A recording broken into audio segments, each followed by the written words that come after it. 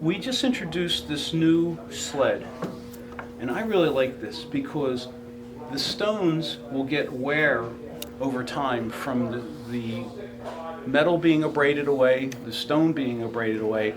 They tend to get either cupped or a little bit of a crown, so it makes it difficult to get a very perfect bevel.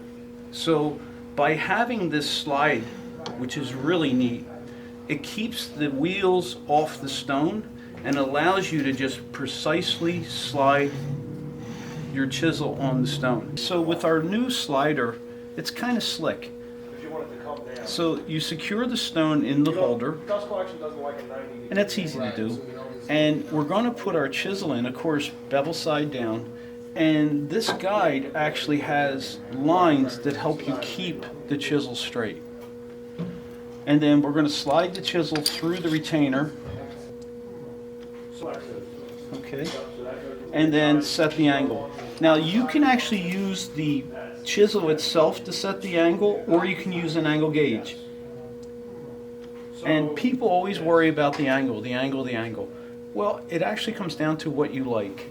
So once you have the angle set, okay, we can move this.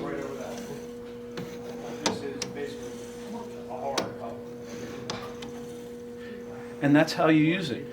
The stone never has any wear from anything else, and I really like the design of this.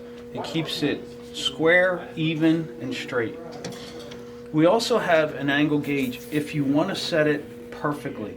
So you can actually set your angle gauge here, set your stone angle the way you want, tighten it down, and you're done. And that comes with the sled.